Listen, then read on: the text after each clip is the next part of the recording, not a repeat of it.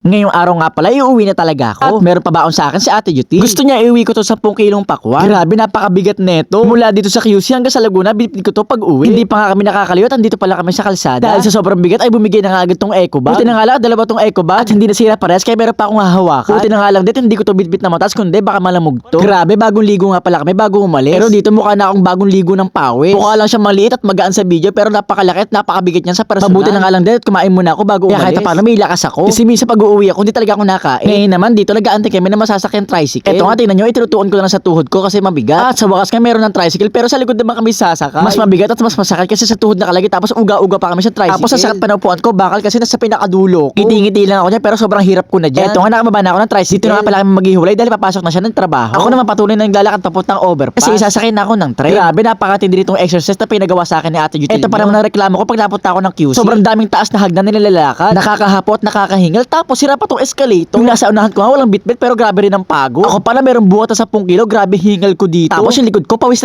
na. Wala pa naman akong dalang panyo ng oras na to. Grabe yung 30 seconds to 45 seconds na pag-akit ko na escalator. Para katumbas na makita ko na napakataas na bundok. Eto nga naupo nga lang muna ako sa gilid at nagpahinga. Parang basang-basa na kasi napawas yung likod ko dito eh. Tapos wala akong pamunas. First time ko nga magdala ng pagkain dito natatago sa scanner. Kala ko nga may issue tong ganito pero hindi naman pala. Tapos dito naman magso-swipe naman ako ng beep card ko para makadaan ako dito. Buti nga lang hindi masyado matao dito kaya hindi ako naka-istorbo. Hindi pa ako nakaka-recover sa pag-akit ng hagdan. Pero eto may aakyatin na naman. Buti na lang dito gumagana yung escalator. Pero pag-akit ko ng tok-tok, grabe napakadaming tao. Dahil first station to, ina-expect ko sana makakaupo ako. Bago pumasok, tinignan ko muna itong pakwan, okay pa naman. Eto nga, nahihirapan ako makipagsiksika. Kahit ang bikit-bikit ang dala ko, talaga nakipagsiksikan ako. Pero dahil nga sa sobrang daming tao at una-unahan, wala akong choice, hindi ako nakakita ng upuan. Sobrang punong-puno agad eh, kaya nakatayo ako dito sa isang sulok. Tapos yung pakwan, iniipit ko na lang ng paa ko. Grabe pawis ko, tapos bigla akong papasok dito sa tren na napakalamig. Grabe yung pawis ko, natuyo na sa likod ko. After 45 minutes na nakatayo sa tren, lalabas na ako at ngayon naman bababa na ako ng overpass. Sasakay naman ako dyan sa jackliner kasi dyan sakay ng bus. Medyo madulas nga pala yung hagdan dito kaya dahan-dahan akong bumababa. Manbun kasi ng konti dito kaya medyo basa yung hagdan. Grabe, isang maling step ko lang dito talagang tataob ako. Kaya makatakot-takot na sobrang bagal kong bumaba dito. Talagang sobrang ingat ang pagbaba ko. Pag gusto makita ng bus, mag-CR nga pala muna ako at iniwan ko tong pakwan dito sa upuan. Kahit sobrang daming tao, iniwan ko na talaga tong pakwan dito. No choice eh, alam ka naman dalhin ko sa CR. Pero pagbalik ko, wow, dito pa rin. Hindi siya nawala, walang kumuha. Kaya ito, dadalhin ko na lang ulit. Nanap ko nga yung bus na sasakyan ko pakabuyaw. Buti na nga lang, eto may bagong dumating. Ang pangalan pala ang first customer kaya sumakay agad ako. Sa wakas dito nga makapagpahinga muna ako. Habang wala pang ibang sumasakay, lalagay ko muna tong pakwan dito sa tabi ko. At buti na nga lang, wala pa sa 10 yung mga pasahero. Kaya naman itong pakwan ay meron talagang upuan na kanya. Akala ko buong biyahe kakalungin ko na naman to eh. Grabe, sobrang pawis at ngali na ngali ang likod ko dito. After isang oras na biyahe, eto nga bumaba na ako ng bus. Bago makaway, sasakay pa nga pala ako ng jeep at isa pang tricycle. Hindi ko na nga pala kaya dahil sobrang init. Pasundo lang ako dito sa tito ko na si Boy Ubo. Pinayaran ko na pala siya ng pampagasolina tsaka syempre talent niya sa pagdadrive. Bago sumakay syempre nag-helmet muna ako. Eto, bibit ko nga pala ulit yung pakwan na napakabigat. Ayan, dito siya sa gitna, ipiti ko na lang ng legs ko. Habang biyahe pa kasi pa highway tapos dadaan pa kami ng bukid. Dito sa bukid namin kaliwat kanan nga may mga pakwan eh. At after 20 minutes na biyahe, eto nakalabas na kami ng highway tsaka ng bukid. Sa wakas nakauwi na ako, dito na ako sa labas ng bahay namin. Oh, grabe, sobrang hirap talaga ng pakwan na to.